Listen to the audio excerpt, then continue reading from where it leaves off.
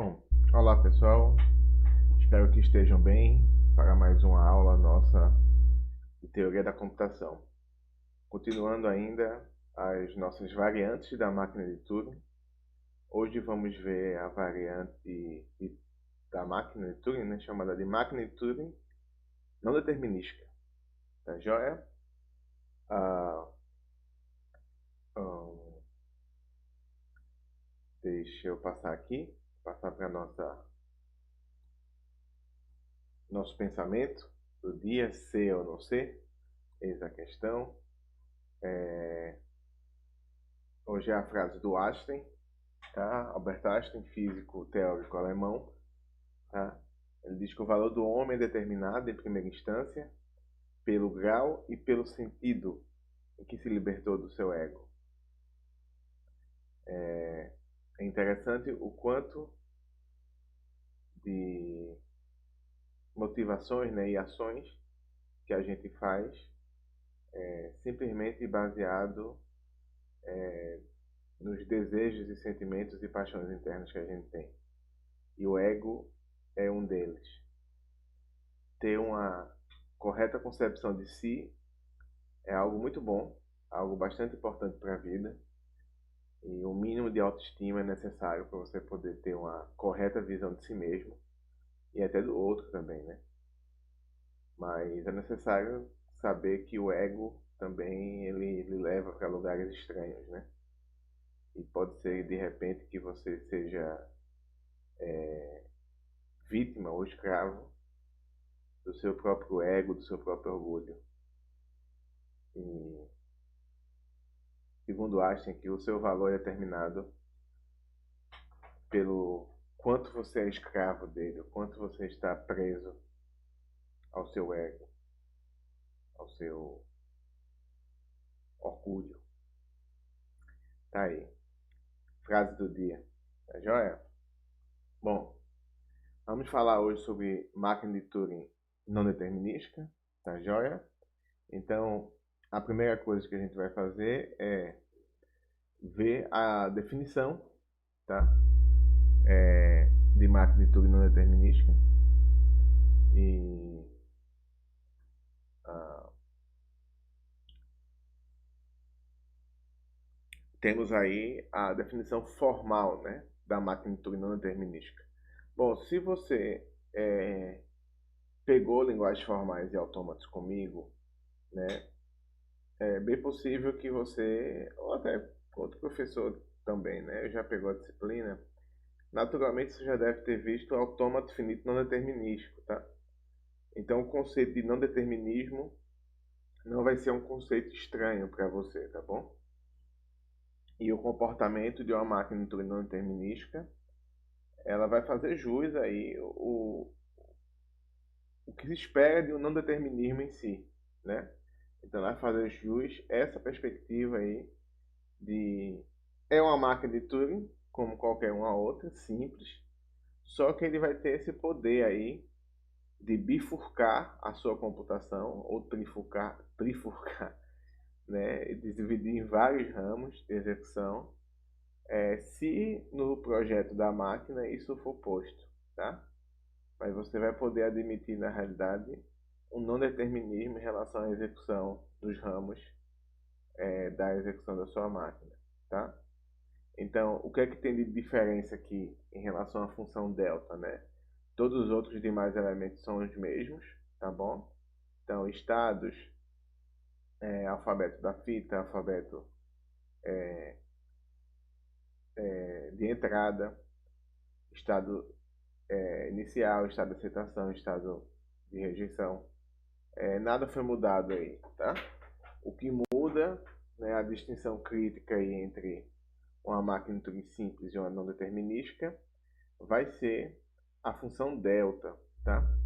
E a função delta aqui está trazendo o quê? Trazendo a mesma dupla de entrada, tá? Então eu tenho um estado e um símbolo que é lido na fita, tá joia? Mas eu não tenho mais uma tripla de saída, tá? Que seria um estado, um símbolo a ser escrito e o movimento da cabeça. Não, tá? Eu tenho aqui, bem na verdade, um conjunto de triplas, tá? Então, esse P aqui é o conjunto das partes desse produto cartesiano aqui, tá joia? Que na realidade é um conjunto de triplas aqui, né? Então, você vai ter, na realidade, um conjunto das partes de triplas, tá bom? Pode ser até vazio, por sinal, tá bom? Então, você vai ter um conjunto de triplas. E aí, pode ser vazio também, ou pode ser todo o conjunto de triplas também, tá joia? Então, bom, vamos dar uma lembrada aí só rapidinha em conjunto das partes, acho que vale a pena, né? Porque o não determinismo ele é dependente demais desse conceito, então é importante que vocês estejam um pouco lembrados, né, dessa ideia do conjunto das partes. Então, se eu tenho um conjunto 0 e 1, por exemplo, tá? O conjunto das partes desse conjunto A vão ser todos os possíveis subconjuntos, tá? Passíveis de serem formados pelos elementos de A, tá? Incluso o conjunto vazio, tá? Que é o subconjunto de todo o conjunto, tá bom?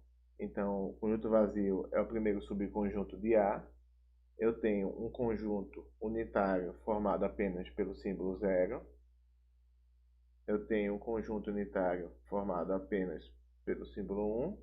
E tenho o próprio conjunto A, tá? Que é 0 e 1.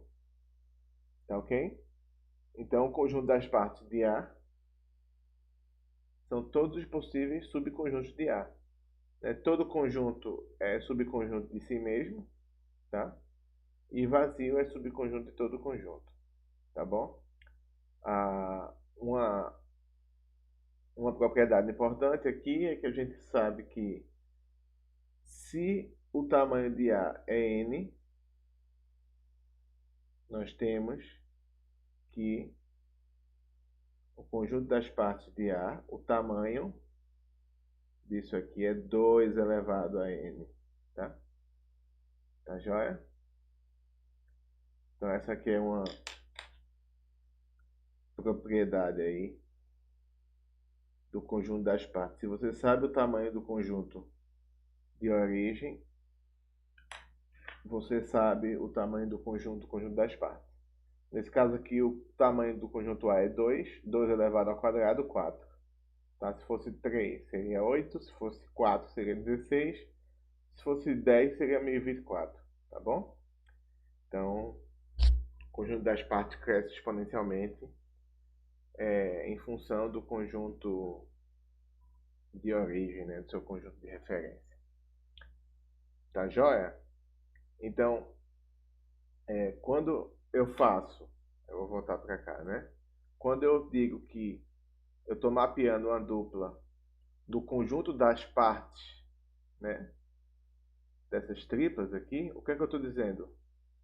Bom, eu estou dizendo que na realidade agora eu estou mapeando para um conjunto de triplas, que pode ser um conjunto vazio de triplas, pode ser uma tripla, duas triplas, três triplas, ou pode ser todas as triplas possíveis, tá? Triplas formadas por estado, símbolo de escrita e movimento da cabeça. Tá joia?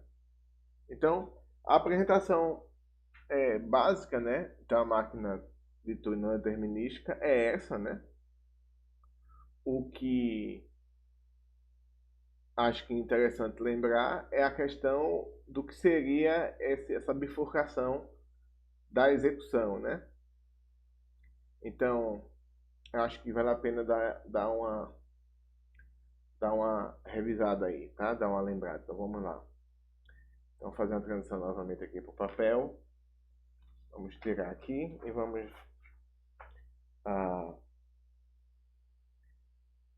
só dar uma lembrada aqui, tá? Então, bom, vou pegar aqui a FN simples, tá? Então, a FN, deixa eu ver aqui, 0, 1.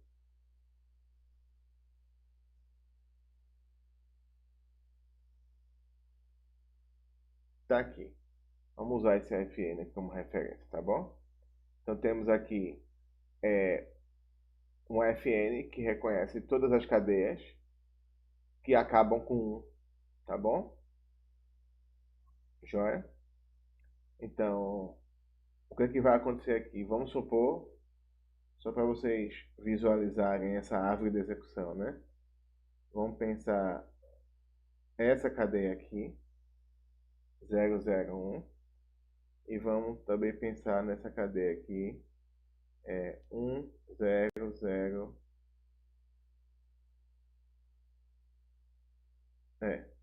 1, 0, 0, 1, 0, tá?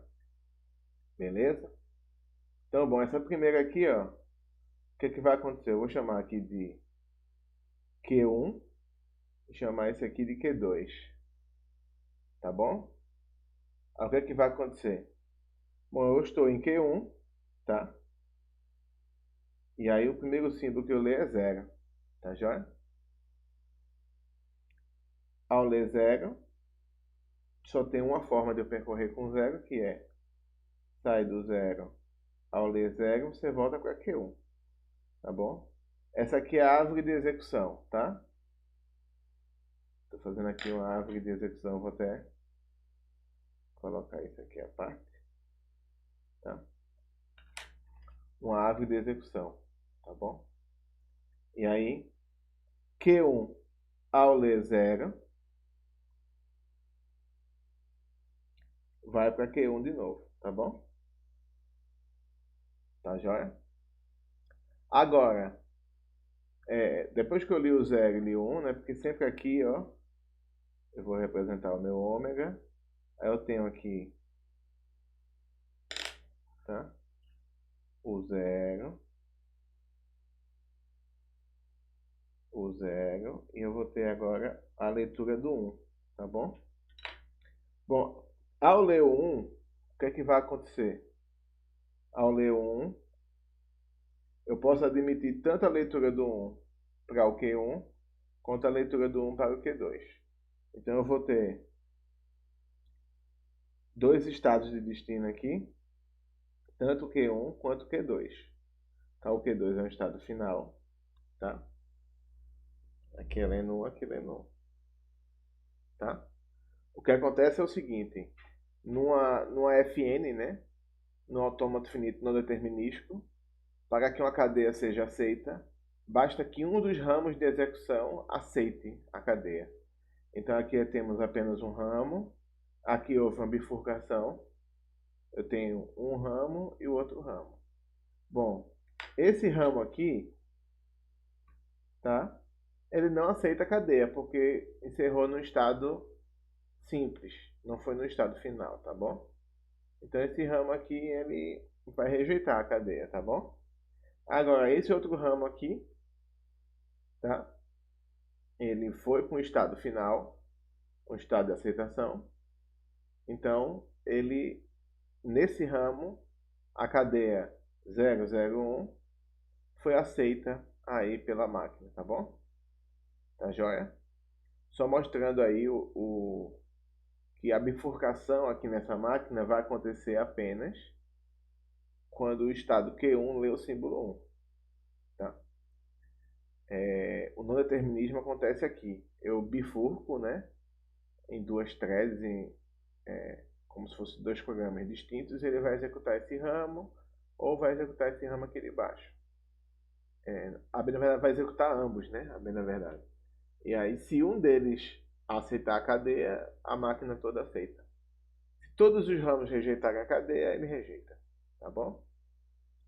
A outra árvore de execução que eu vou fazer aqui é para essa cadeia aqui, tá bom? Então, aqui vai ter duas bifurcações aqui, tá joia? Então, eu tenho aqui Q1, aí Q1 ao ler 1, tá? Já bifurca, porque Q1 ao ler 1 pode ir tanto para Q1 quanto para Q2, tá? Joia? Eu vou fazer isso aqui, ó. Ao ler 1, ao ler 0, ao ler 0, ao ler 1 e ao ler 0, tá bom? Para gente garantir esses níveis aqui, tá?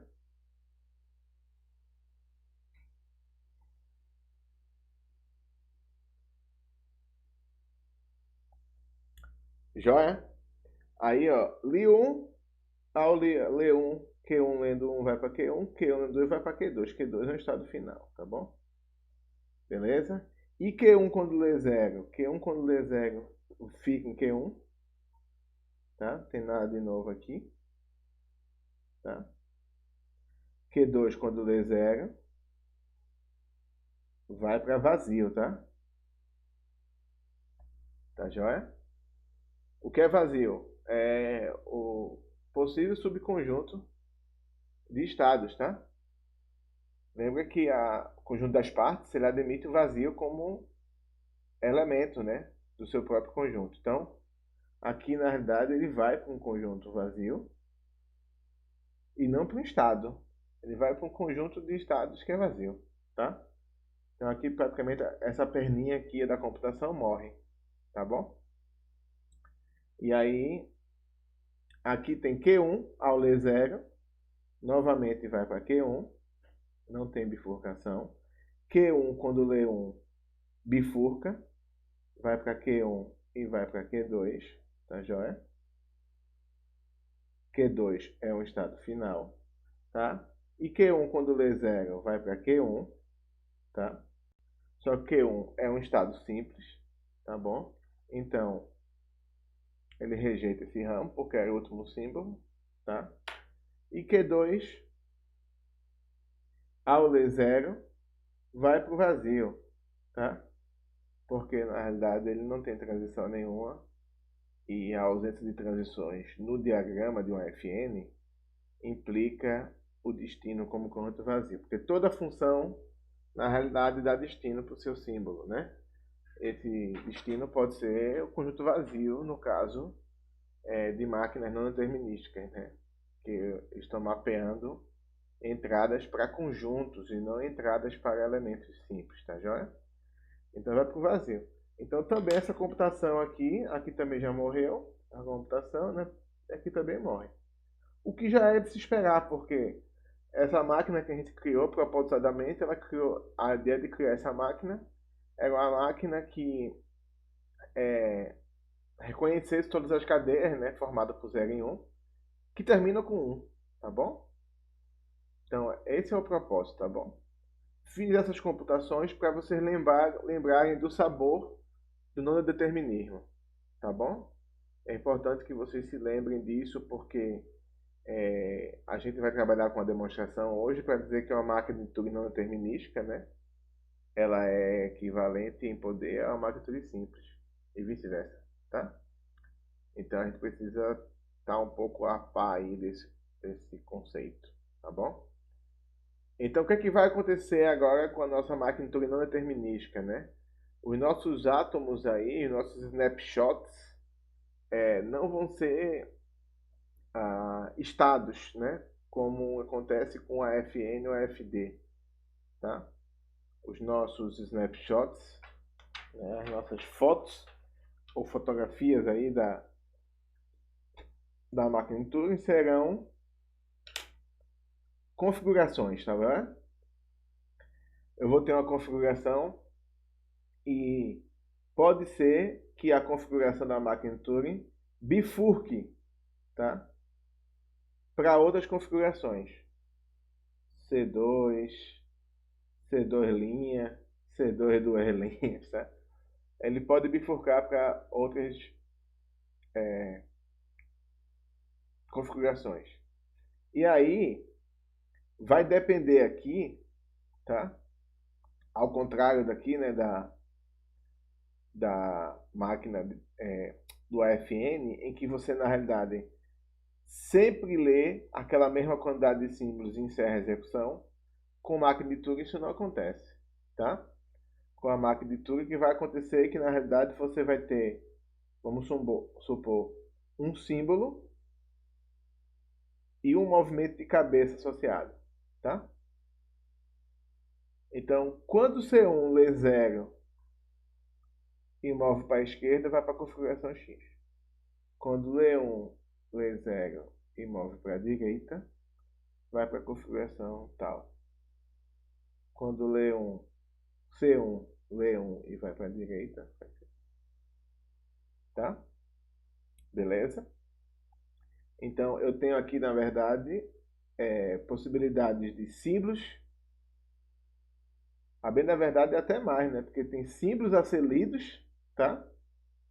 Não, o símbolo a ser lido já está amarrado aqui, né, na configuração. É isso mesmo. Símbolo a ser escrito e movimento, tá? Se eu estou preso na configuração, a leitura do símbolo é aquela onde a cabeça da fita está em cima, né? Lembrar que uma configuração é uma coisa desse tipo, né?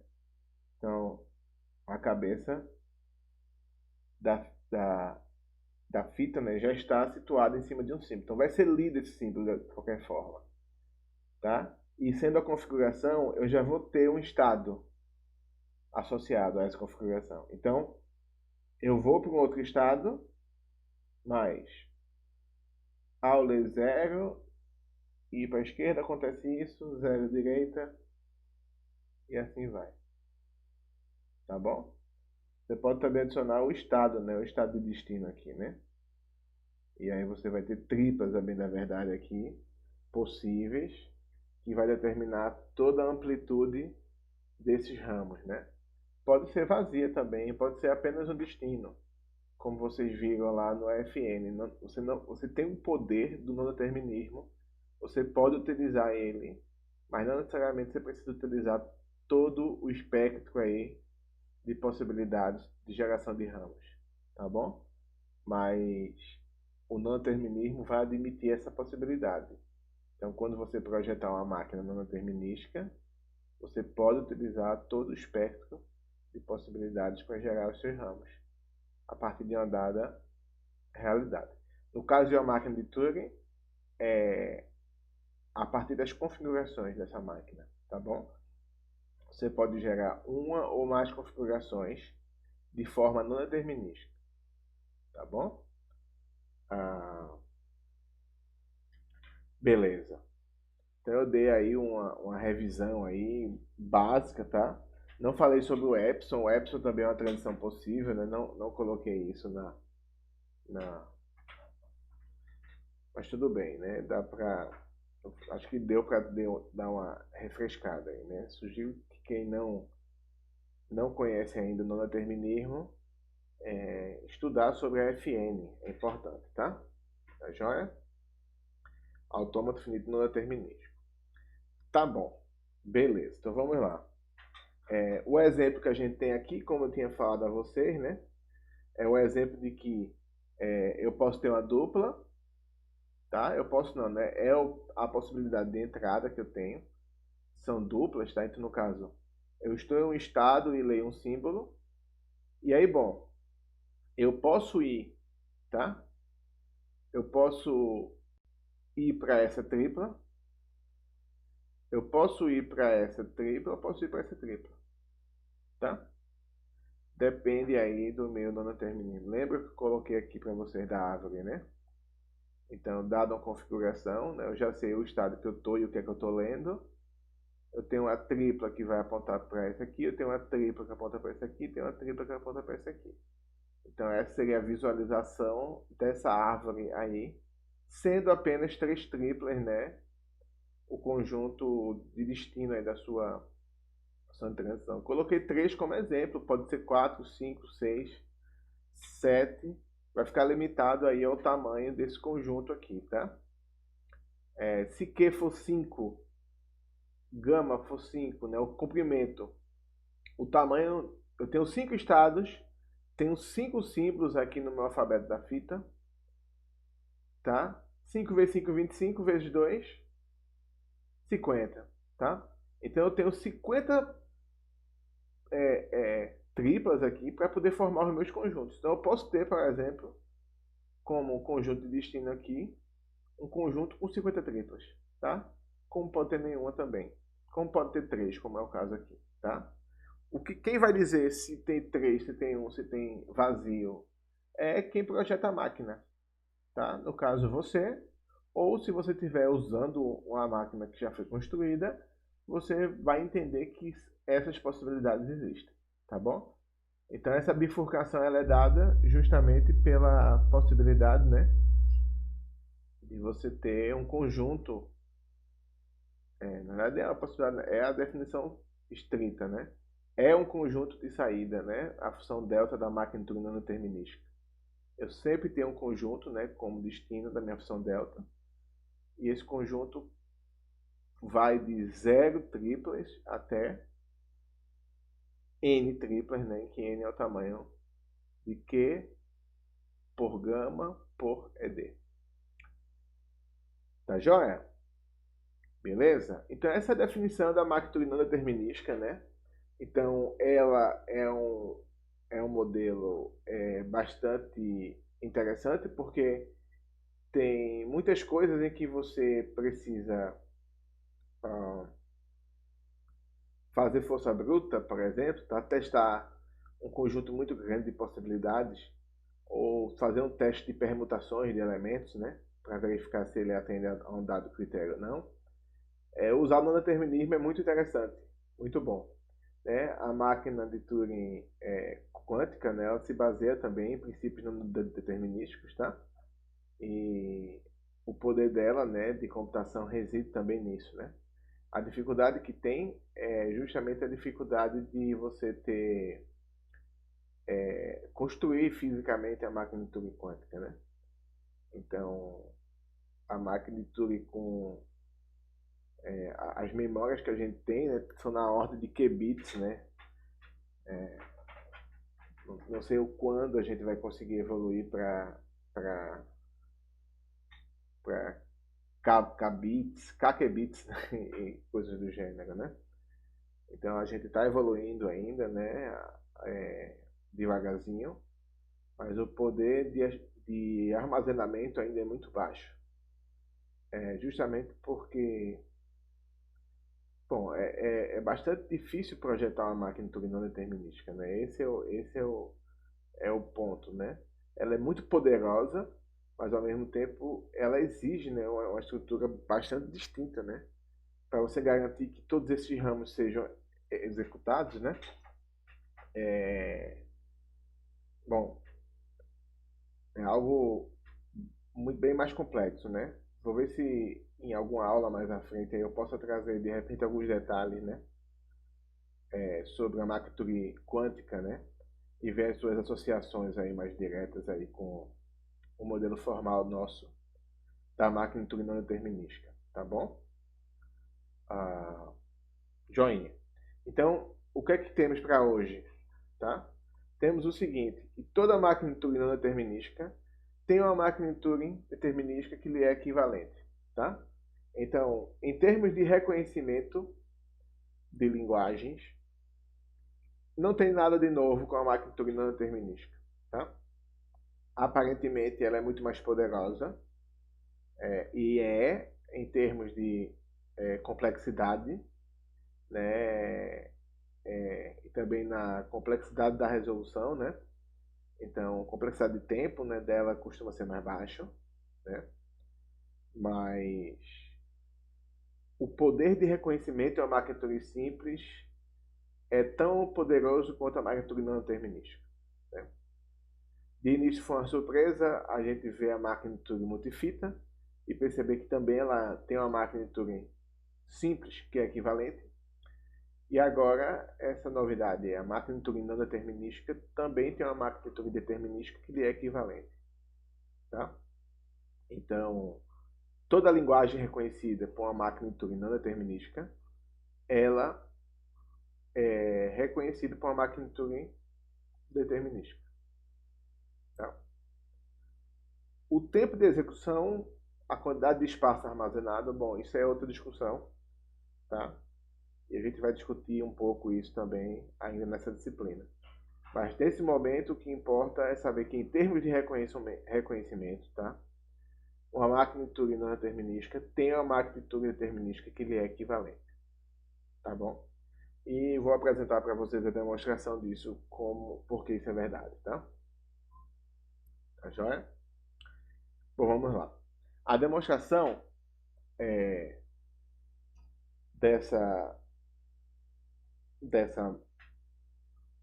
afirmação, né, vai passar pela seguinte ideia.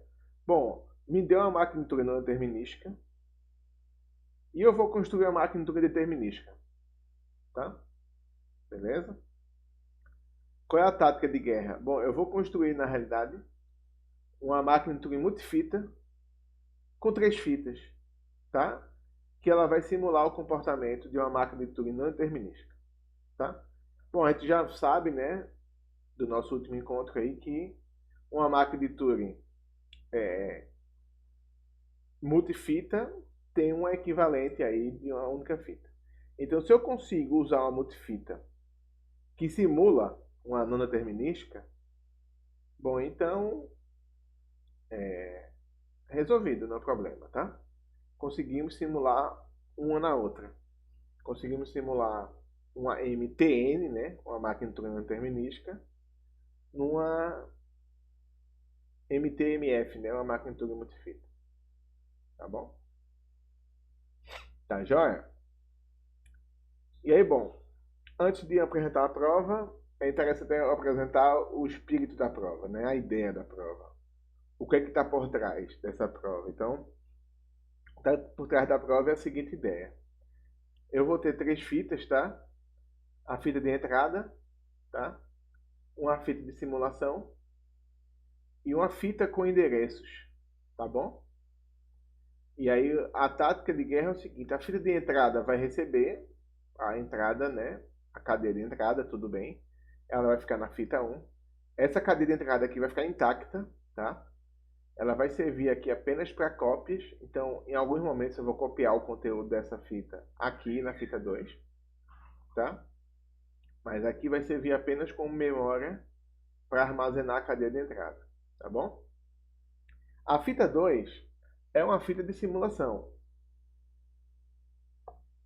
É uma fita que, dependendo do ramo de execução que você estiver, tá? Você vai executar os seus passos aqui. Tipo, escreve tal e move para a direita, escreve e move para a esquerda. Você vai fazer toda a computação como se estivesse percorrendo um dado ramo, tá? A pergunta é, qual é o ramo que você vai estar executando naquele momento? Bom, quem vai dizer qual ramo vai estar sendo executado é essa fita de endereço aqui, tá bom? Essa é a ideia, a gente vai especificar e explicando em mais detalhes aí para vocês, tá bom? Uma coisa que vocês não podem pensar em fazer, porque é algo meio arriscado com máquina de Turing, é o seguinte, deixa eu resgatar aqui o papel que eu joguei fora aqui.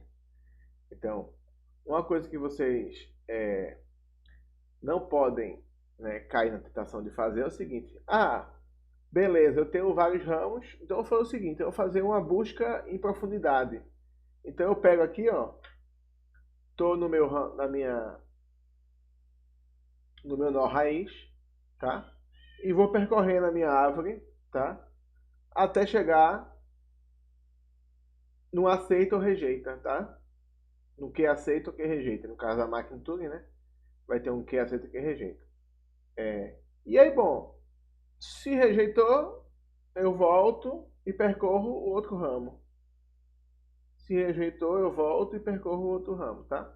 A busca de profundidade vai tentar sempre a solução mais profunda antes, para depois ir percorrendo as soluções menos profundas, né? Tá? Você vai ficar subindo aqui, né? Na árvore, tá bom? Qual é o problema disso? Bom, no autômato finito não determinístico, tá? Bom, é mais tranquilo porque eu consigo garantir para você que a quantidade de níveis que a gente tem aqui, dessa minha árvore de execução, é finito sempre, tá? E por que é finito sempre? Porque sempre está em função, tá, dos símbolos da cadeia de entrada. Olha o que acontece com a FN. O tamanho da minha árvore aqui sempre está em função da quantidade de símbolos da minha cadeia de entrada, do ômega. O mesmo acontece com essa árvore de execução que eu mostrei para vocês, tá? Então, se eu tenho um comprimento N de navio, tá? Para ômega, a altura da árvore de execução em uma Fn é n. Nesse caso aqui é 5, a altura da árvore de execução aqui é 5. Tá bom? Qual é o problema que a gente tem? É que a máquina de Turing, a execução dela não é em função da quantidade de elementos da cadeia de entrada. A máquina de Turing ela pode se comportar, mover a cabeça para a esquerda, direita, escrever, voltar, da forma como lhe for interessante. Por sinal, ela nem precisa ler todos os símbolos da cadeia de entrada. Tá? O que não acontece, por exemplo, com a FD, a FN e a Automata Compiler, por exemplo. Tem que ler todos os símbolos. A computação não encerra enquanto você não lê. Tá? Agora, na máquina de Turing não. E na máquina de Turing você tem aquela situação, né, especial, que eu já me referi, que é a situação de entrar em loop. O loop de execução é um cenário possível. Então, se você cair na tentação de querer fazer uma busca em profundidade, pode ser que você entre num desses ramos. Imagina agora que não é estados aqui, tá? Imagina que é esse cenário aqui agora, tá? Cenário com configurações, tá já? Se for máquina de Turing, você pode percorrer um desses ramos aí e entrar no loop, loop de execução. E aí, se você fizer isso, você não vai garantir que vai conseguir percorrer todos os ramos, porque infelizmente você vai estar preso em um deles. Esse risco existe, tá? Então, qual é o correto que você tem que fazer?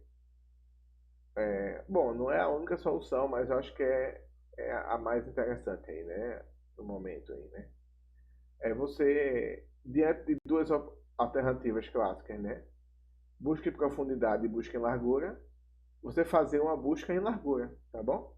Então você, ao invés de executar todos os passos de um dado ramo, você executa um passo de um dado ramo e verifica, você é uma configuração de parada? Sim ou não? Bom, se não for de parada, então espera um pouquinho, vou executar um passo do próximo ramo. É uma configuração de parada? Não é. E assim vai. Se não aceitou ou rejeitou, tá? Tem que se lembrar que o aceitar e rejeitar, né, tem efeito imediato, tá? Só que no caso específico aqui, ah, no caso específico, se aceitar, você aceita, tá? Se rejeitar, bom, se rejeitar não, você tem que continuar executando todos os ramos, tá? Tem que rejeitar todos os ramos, tá? Ou rejeita alguns ramos, entra em loop em outros, tá? Você não pode, na realidade, ao rejeitar um ramo, você rejeitar a sua cadeia na máquina toda, tá? Se um desses ramos aceitar, você aceita. Caso contrário, continue a execução. Tá joia? Então, a proposta é você, na realidade, ir percorrendo, tá, os nós de cada configuração e simular essa execução. Então, estando em C1 e processando essa tripla, eu vou para cá. É um estado final, não é? Melhor, é uma configuração de parada. Tá? Essa configuração, processa tripla, vem para cá. Tá? E aí o que acontece é o seguinte, o endereço da fita que ele está se referindo, na fita 3, é o seguinte, que ele vai representar, eu vou até fazer aqui mais um nível aqui, tá? Deixa eu pegar aqui, caiu na gaveta. Então vamos supor que tem isso aqui, tá? Aqui eu tenho mais 2, aqui eu tenho mais 1 e aqui eu tenho uns 3, tá? Então, aqui é a raiz da árvore, aqui não tem valor nenhum do endereço. O endereço começa a partir daqui. Seria endereço 1, endereço 2, endereço 3, até o último endereço, né, que pode ser, que eu vou colocar aqui B, tá? Que é o fator B de branch, é o fator de ramificação da sua árvore, tá? Ele vai estar em função do símbolo de escrita, do movimento da cabeça e da quantidade de estados que você tem, tá joia? É o produto cartesiano aí desses três conjuntos aqui, né? Conjunto de estados, conjunto de movimentos, esquerda e direita, né? E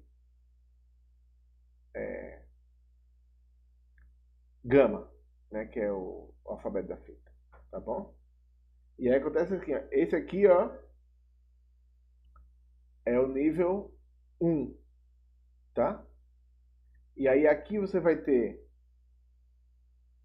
também 1 e 2. Aqui você vai ter 1, porque esse é o primeiro filho desse cara. Aqui você vai ter 1, 2 e 3. O que é que vai acontecer? Tá? Quando você vê na fita 3 lá, algo do tipo assim, 3, 1, tá? E aqui símbolos brancos, tá? O que é que isso aqui está representando? Está representando o quê? Que eu saí do nó raiz, quero ir por 3 para o filho terceiro e quero ir para o filho primeiro dele, tá bom?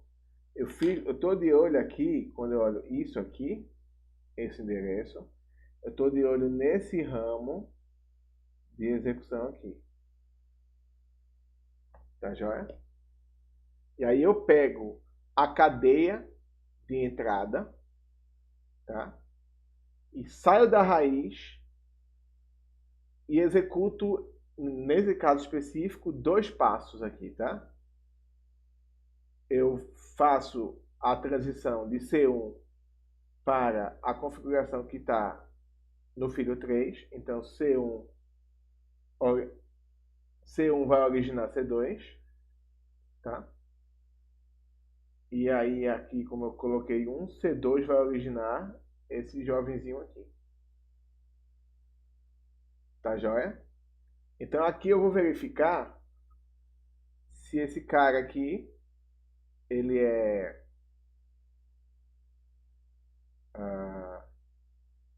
se a configuração é essa configuração de parada ou não. Se for de parada, aí esse ramo já vai embora para o espaço. Tá? Beleza?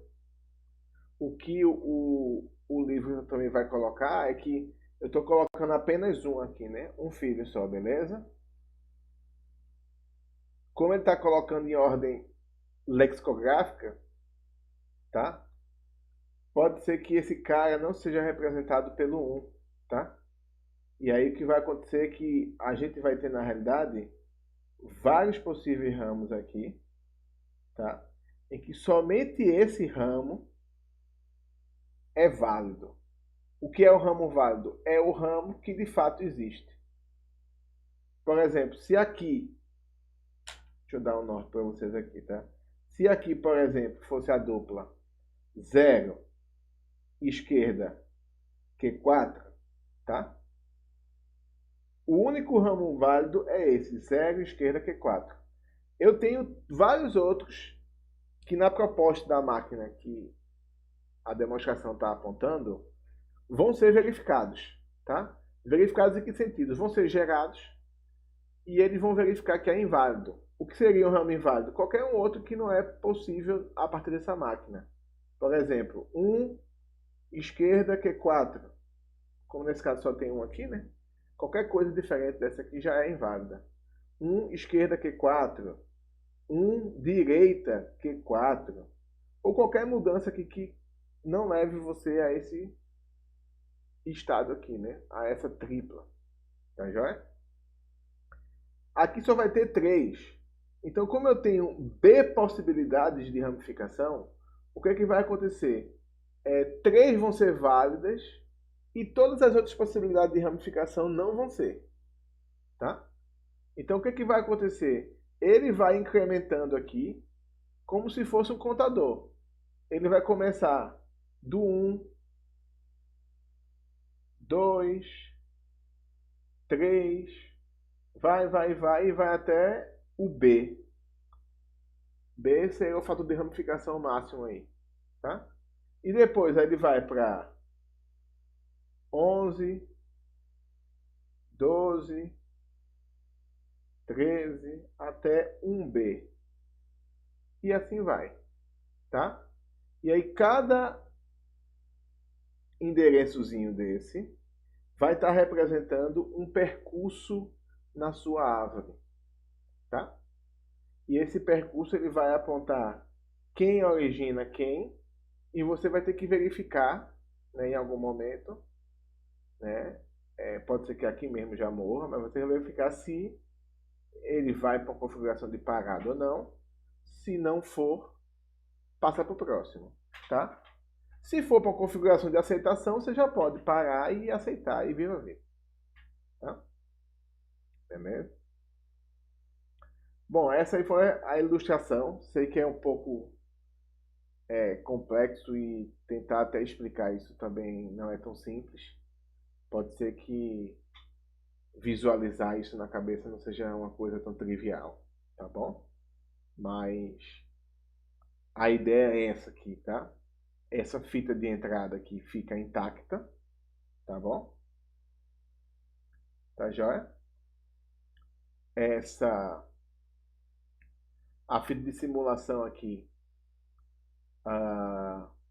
ela sempre vai ser, ela aqui vai ser aonde eu vou executar as computações a partir dos endereços que me forem dados. Olha esse endereço que está aqui, tá? Como é que você vai ler aqui? Aqui você vai fazer o seguinte, eu pego o filho 1 do primeiro nível, aí pegou esse cara, pronto, pega o segundo filho dele, achou o cara, achou. Pega o terceiro nível do último cara, pega o terceiro filho do último cara, pega o segundo filho do último cara, o terceiro filho do último cara, até o terceiro filho do...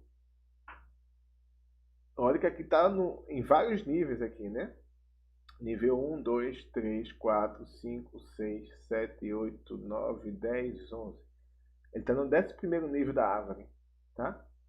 Então, uma vez que ele pegou isso aqui, ele vai para a fita aqui, e aí ele pode ir pulando aqui, vendo qual é a configuração que de fato ele está representando.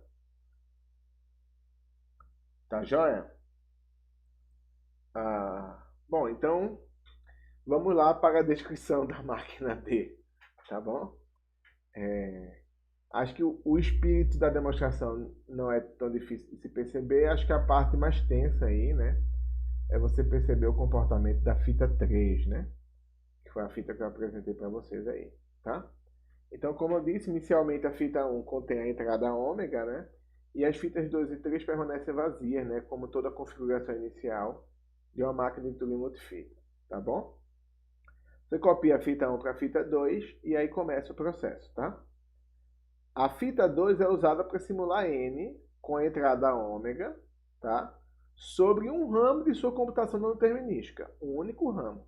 E aí é um único ramo até um determinado passo, porque a gente está fazendo busca em largura, tá? A gente não está executando todos os passos desse ramo. A gente escolhe um ramo, tá? Então volta aqui, né? A gente escolhe um ramo, tá? Executa uma certa quantidade de passos. Nesse caso aqui, 2 passos, tá? E vê o resultado, tá bom? Antes de cada passo de N, consulte o próximo símbolo na fita 3, tá? A fita 3 é que vai apontar qual é o ramo, né? Que você vai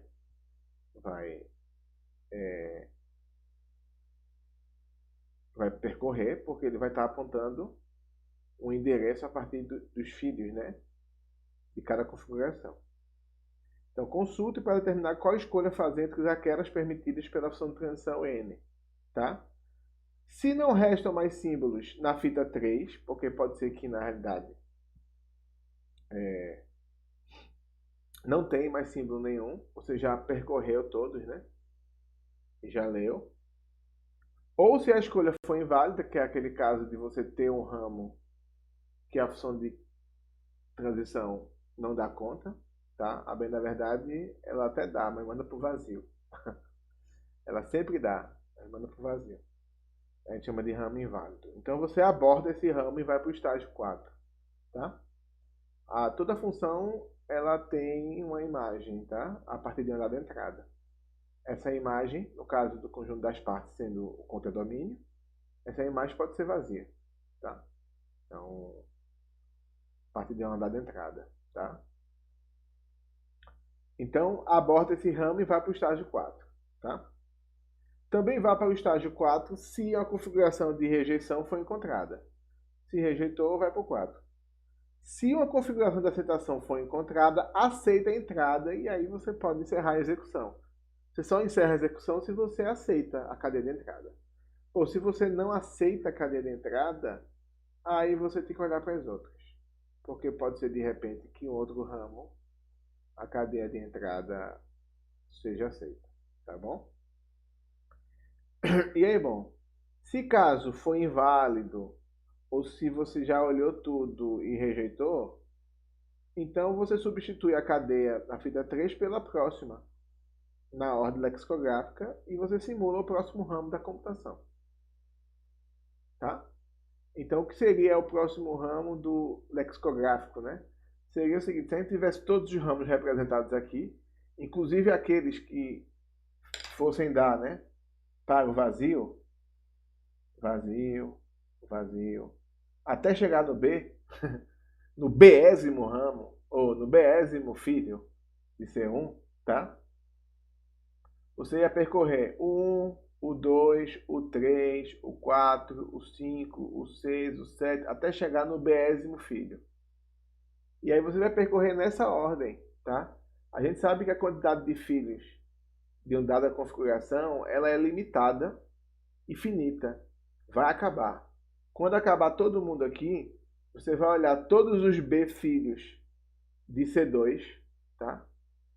Só 2 são válidos, mas o algoritmo lá vai pedir para que você olhe todos os B. E aí, nesses dois, ele vai tentar ver se a configuração é de parado ou não, aquela coisa toda. E nos outros, ele vai verificar que é inválido e passa para o próximo. Tá? Mas sempre é B tentativas, B, B, B, B, B, B, B, B, assim vai. Tá? Alguns desses ramos são válidos ou não. Tá? Jóia. Então, substitua a cadeia na fita 3 pela próxima cadeia na ordem lexicográfica e simula o próximo ramo de computação indo para o estágio 2. Tá? E aí sempre ele pega, executa a computação do zero. Tá? Então, não é que ele executa só o último passo depois, que ele vai passando por outros ramos. Não. Ele volta para o passo 2 aqui, ó, ele copia a fita 1 para a fita 2. Tá? E aí ele vai sair da raiz até o ramo que precisa ir. Tá? Até o lugar onde precisa ir.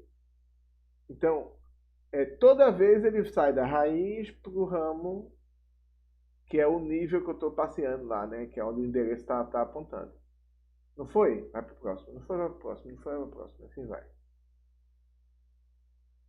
Tá joia? Bom, essa demonstração aqui é meio dura, né? Assim, essa parte da fita 3 acho que é a parte que é mais complicada de se entender, mas é, é perceptível de ver, né? Depois de fazer todas essas apresentações e mostrar a possibilidade de que D é possível de ser construída, né? Apresentei para você aqui a descrição de D a partir de uma máquina qualquer não determinística que você tiver. Então eu consigo construir uma máquina de Turing multifita D a partir de uma não determinística. E aí é preciso fazer o final da prova, se você quiser chegar como resultado uma máquina de Turing simples, é dizer que se eu tenho uma máquina de Turing não, multifita D, bom, então eu consigo ter um equivalente em máquina de Turing simples. Logo, né, toda máquina de Turing não determinística tem uma máquina de Turing determinística que lhe é equivalente. E simples, no caso, né? Porque a máquina de Turing multifita é determinística. Tá? Nesse caso aqui eu estou querendo ser bem específico. Toda máquina de Turing não determinística tem uma máquina de Turing simples que lhe é equivalente. Tá bom? Bom, e aí vem o corolário, né? Aquele corolário também que a gente viu na máquina de Turing multifita, aqui também tem, tá? Uma linguagem, ela é Turing reconhecível, se somente se alguma máquina de Turing não determinística reconhece. Se eu mostrei como é que eu construo uma máquina de Turing simples a partir de não determinística, então o argumento é o seguinte: se a minha linguagem, então vamos lá, né? Então se a minha linguagem é Turing reconhecível, então eu tenho uma máquina, né? Vou fazer com essa mão que é melhor, né? Então eu tenho uma máquina, opa, aqui. Então eu tenho uma máquina Turing de Turing simples que a reconhece. Se é uma linguagem Turing reconhecível, temos uma máquina de Turing simples que a reconhece. Bom, uma máquina de Turing simples é um caso especial de uma máquina de Turing não determinística, que é aquele caso em que eu não uso do não determinismo e faço que as transições todas vão para o conjunto unitário e não para uma tripla. Tá? Então, uma máquina de Turing simples pode ser enxergada como um caso especial de uma máquina de Turing não determinística. Logo, se uma linguagem é de fato Turing reconhecível, tá? Então eu consigo construí-la, né? Construir uma máquina de Turing simples que a reconhece e, por consequência, eu consigo construir uma máquina de Turing não determinística que a reconhece também. Essa ida aqui é muito tranquila, tá? É a ida da linguagem para uma máquina simples, para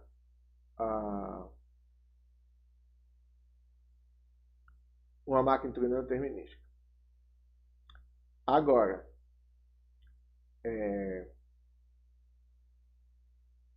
a volta, bom, a volta já não é tão simples assim, tá? A volta já é um pouquinho mais enrolada. A volta você vai partir, você tem uma máquina de Turing não determinística, tá?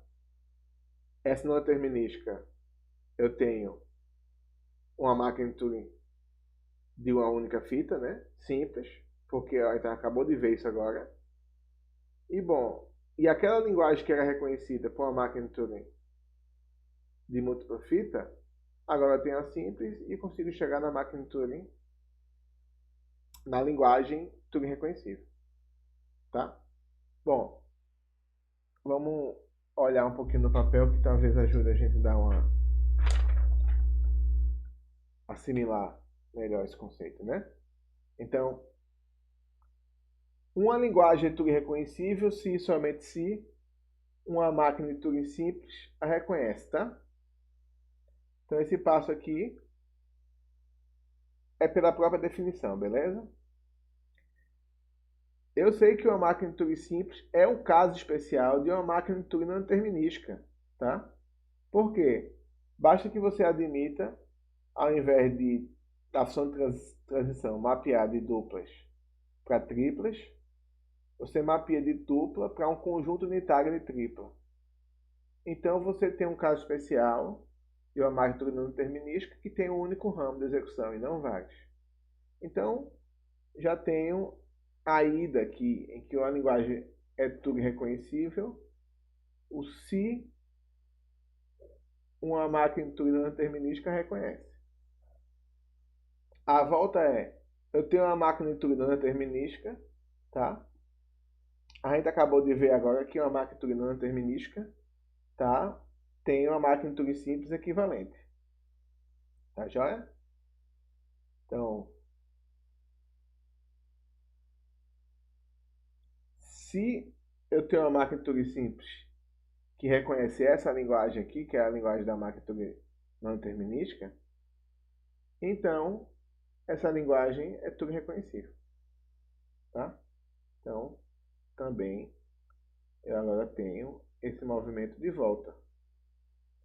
Se uma linguagem é reconhecida por máquina de Turing não determinística, então essa linguagem é Turing reconhecível. Tá joia? Beleza? Deixa eu ver se eu dar o foco aqui. Deu. Tá joia? Então, a partir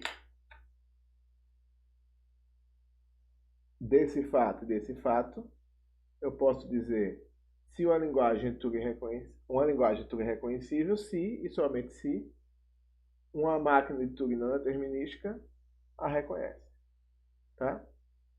Que é isso que a gente tinha colocado aqui para vocês, tá joia? Uma linguagem Turing reconhecível se e somente se alguma máquina de Turing não determinística a reconhece,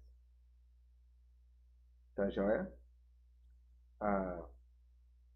E bom, a prova do corolário é que qualquer máquina Turing determinística é automaticamente uma máquina Turing não determinística, né?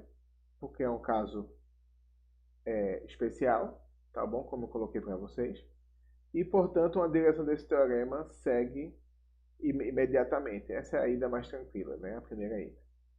A outra direção é o que a gente acabou de provar aí, mostrando que a máquina Turing não determinística é equivalente a multifit, e a multifit é equivalente a uma simples, e assim vai. Tá bom? Podia até fazer uma ressalva aqui, né? Porque na nossa demonstração tem um passo intermediário aqui, né? Que a máquina Turing MTN vai para uma máquina Turing multifita, né? Beleza? A máquina Turing multifita, né? Que vem para máquina Turing simples, né? A joia.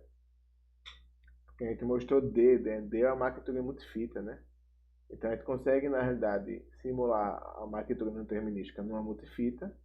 A gente sabe que a multifita é equivalente a uma máquina Turing simples, e toda a linguagem reconhecida por máquina Turing simples é Turing reconhecível. Tá?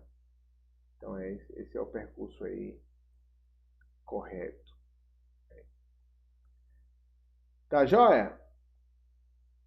Então, daí a gente tem outros corolários aí, né? A gente tem o teorema em si, tá? Que a gente acabou de falar. Toda máquina Turing não determinística tem uma máquina Turing simples determinística que é equivalente, tá? O corolário, né, é se uma linguagem Turing é reconhecível, se somente se o MTN reconhece.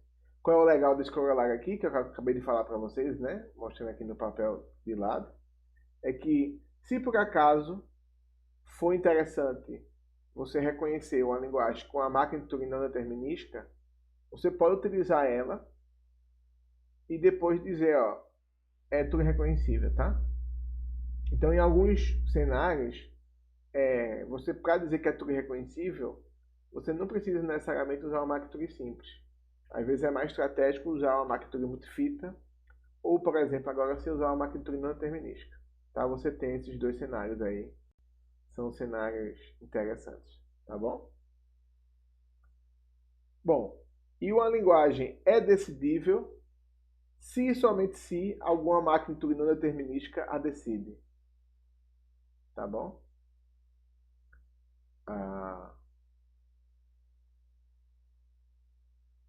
Bom, isso aqui eu não sei se é tão óbvio assim, né? Deixa eu ver se é tão óbvio assim. Vamos pensar aqui direitinho, tá? Se ela rejeita, aceitar tudo bem, mas rejeitar. Deixa eu ver um cenário aqui mais claro para explicar isso aqui, tá?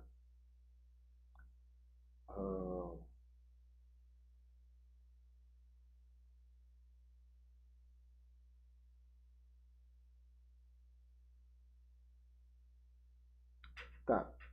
O cenário de explicação seria o seguinte, né? A gente tem. Eu acho que eu já joguei fora. Já, né? Deixa eu pegar aqui.